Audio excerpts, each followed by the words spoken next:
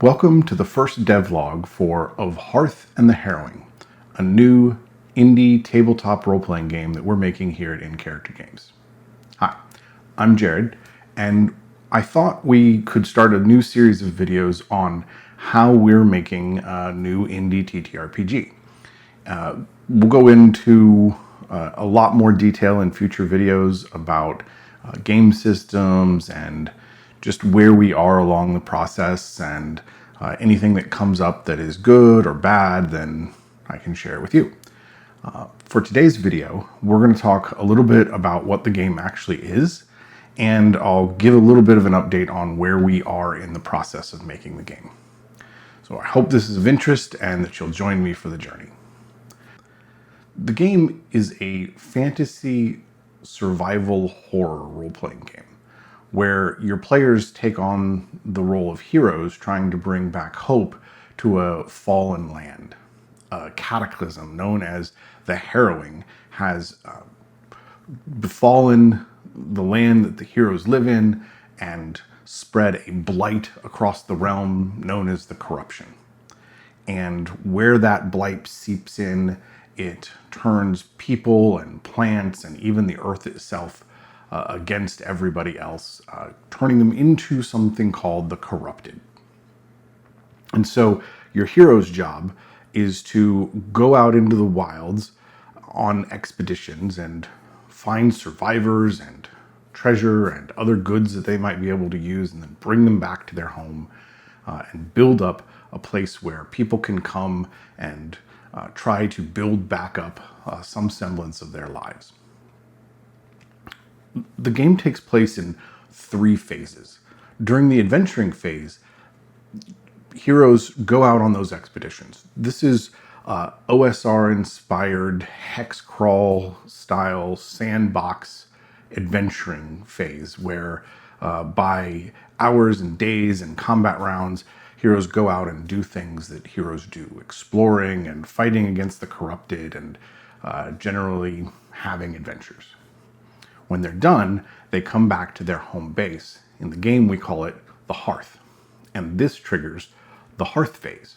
And the Hearth Phase is kind of like a downtime system, but it is elevated to be closer in scope to the standard adventuring phase. So you have villagers and survivors that you've brought back to your hearth, and week by week, which is the time scale of the Hearth Phase is 1 week. Week by week, the heroes decide what is being done at the hearth. How are the villagers and other survivors, how are they putting forth their efforts, and what are they doing at the hearth during that time? Heroes can participate in this if they haven't gone off on an expedition that week.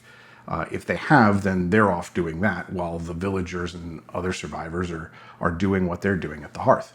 So this Hearth Phase allows players to have something that they own, have something that they connect to, a home base that they come back to. It kind of mixes a Bastion style system that other games use with downtime systems that some games use, and allows for player advancement and the building of something that the players call their own. But the third and final phase is the Harrowing Phase. And in that phase, the forces of corruption that have spread across the land are going to try to take back some of what the heroes have built up. This 3-phase system is a game loop that allows the players to go out on adventures and get loot, come back to the hearth and build up, get new gear. There might be a blacksmith at the hearth that is able to craft new things for them, or someone who can enchant things for them, or they can do those actions, enchanting and crafting. But they come back to the hearth and they get better. And then the Harrowing Phase is about how they have to protect that they've gained from the dark forces of the realm. The other thing the Harrowing Phase does for us is it drops adventuring seeds around the hearth, some in the hearth itself and some in hexes around the hearth, that game masters can easily use to create new adventures, and the heroes will hear about them as rumors, and it gives ready seeds for them to go out back out into the wilds to deal with whatever has come up. This means that the sandbox itself isn't always just stagnant. It's not always the same. After the players get back and do their thing at the Hearth, when the Harrowing Phase hits, the things that are out there might change. So this cycle of adventure, growth, defense goes on, and that's the core concept of the game. How do the players and their heroes build up the Hearth? How do they make this a place where survivors want to go to? What do they build out? Is it just homes and farms and ways for them to survive? Is it got defenses? Are they trying to create commerce? These are all things that players can do in the Hearth, and by going out into the wilds, they're looking for more people that can help them build in the Hearth, or resources or goods that can help the Hearth expand. So I hope you can see how this whole system kind of works together. We'll go into far more detail in future videos. The game system itself is built on the basic role-playing universal game engine. This is the Chaosium house system that powers games such as Call of Cthulhu, RuneQuest, the upcoming Lords of the Middle Sea, Pendragon, Dragonbane was originally based on BRP. This system has been around for decades, and it powers some very popular games. The core mechanic for BRP, if you're not familiar, is percentile dice roll under a skill. It makes it very quick and easy for a player to know immediately what their success chance is when they're trying to do an action. They turn to me and say, I'm going to do this thing. I tell them if it's easy, hard, etc. That gives them a modifier on their skill chance, and they know right then and there, okay, I have a 30% chance of success on this, or a 70% chance of success on it. There's no taking some other die type or die pools and trying to calculate out what your success chances are. You have a percentile, you know exactly what your percentile chance of success or failure is. The other thing I love about the BRP system is there are no classes. While professions are provided, and of Hearth and Harrowing, we use both background and adventuring professions to help build up the history of your character and how they are when the adventures start. Those are just for character generation. They play very little role in your advancement. There are no classes, there are no experience points, and there's no hard on rails as you advance your character. This is the direction you can go. Even if you include all of the multi-classing options, for me, games that have a class-based system with levels and you can pick this class or that class, they always feel very restrictive. And BRP doesn't do that at all. It says whatever you use as a skill, if you're successful in it, you have a chance of raising that skill during advancement. And of Hearth and the Harrowing, that is after your adventuring phase. When you have a Hearth phase, you get to do that advancement. So if you want to get better at stealth, then while you're in the adventuring phase, sneak around a little. See if you can stealth past somebody, and you'll get that experience checkbox. And then when you go to the Hearth the next time, you get a chance to increase that skill. That system of what you use determines how you advance is very old school computer game. If you've ever played any of the Ultima games long ago, or anything based on that kind of system where the more you would use a skill, you would slowly see it grow, that's kind of how that feels to me, and it feels very natural.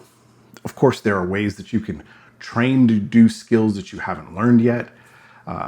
You can have somebody else teach it to you. You can research it. All of these things are available in the downtime system at the Hearth. But that allows you to really determine how you're going to grow your character. If you start out as an arcanist who is focused on summoning elementals, and you decide you now want to pick up a musket and learn how to use it, go for it. Nothing's preventing you from doing that. It's just you only have so much time, and it's up to you what you use that time to grow your character. So that's the game itself. It's a little bit about it. I'll go into more detail in future videos about specific systems. If you have anything I've talked about here, if you have questions on it, leave it down in the comments. I'll be happy to do a new video focused just on that. But that's a little bit about the game. So let's talk about where we are in the process. I started this a little over a year ago, and by January, February this year, I had the first very rough outlines of what I wanted this system to be and how I wanted it to work, the 3 phases and so forth. So I started playtesting that with my alpha group. We meet every other week, but life happens, so it turns out to be like every month or so, but that's beside the point.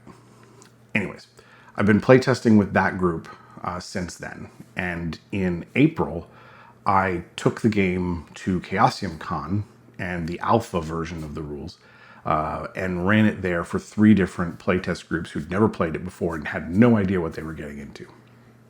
Had a great time, had lots of really great feedback.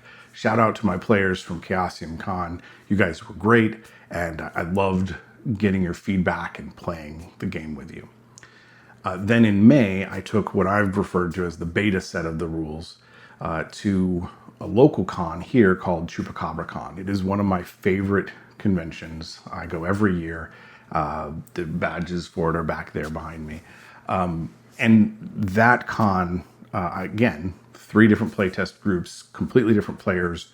Some of my alpha players actually showed up to the con just so they could play the game in person with new players. We had a great time. And again, I learned a whole bunch more about how to run the game, rule systems that needed tightening, and so forth. So from there, my next steps are going to be a beta playtest group to join my alpha test group. Unlike my alpha group that is online, my beta group is going to be local here in Central Texas. And that is going to actually be running in a Western Marches style campaign where players can drop in and drop out.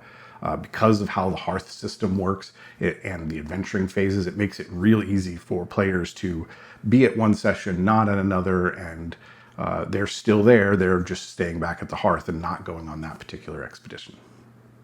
So I'm really looking forward to, in the next month or so, getting that beta test group up and running. In the meantime, the manuscript has been going ahead full steam. We're about, I'd say, 60% through the production process of generating the book itself. Writing is 90% done at this point. Layout is about 75% done, and art is catching up to both of those. There's a dozen or more art pieces that are still left to do. I'm working with a fabulous artist named Erin. I share her work all the time. Maybe I'll put some of the art in the video, but that's kind of where we are in the process. Manuscript, about 60%, writing, 90%, layout, 75%, and as all of these things move forward, I'll keep you updated here in the devlog. So that's our first devlog. That's where we are on the game. That's an introduction to the game itself. I hope you found this interesting. If you have questions or comments, just leave them down in the comment section below. I'd love to hear from you. And if you want to learn more about the game, you can go to the website. I'll leave a link to that in the description. And there I list information. I have a blog that I talk about parts of the game and our game development. You can also sign up for a newsletter there. If you do that, you get access to our invite-only Discord server. So if you want to chat with me or other playtesters or look to join a playtest, that's the best way to do that, is to join the Discord by signing up for the newsletter. Thank you so much for watching, and we'll see you next time.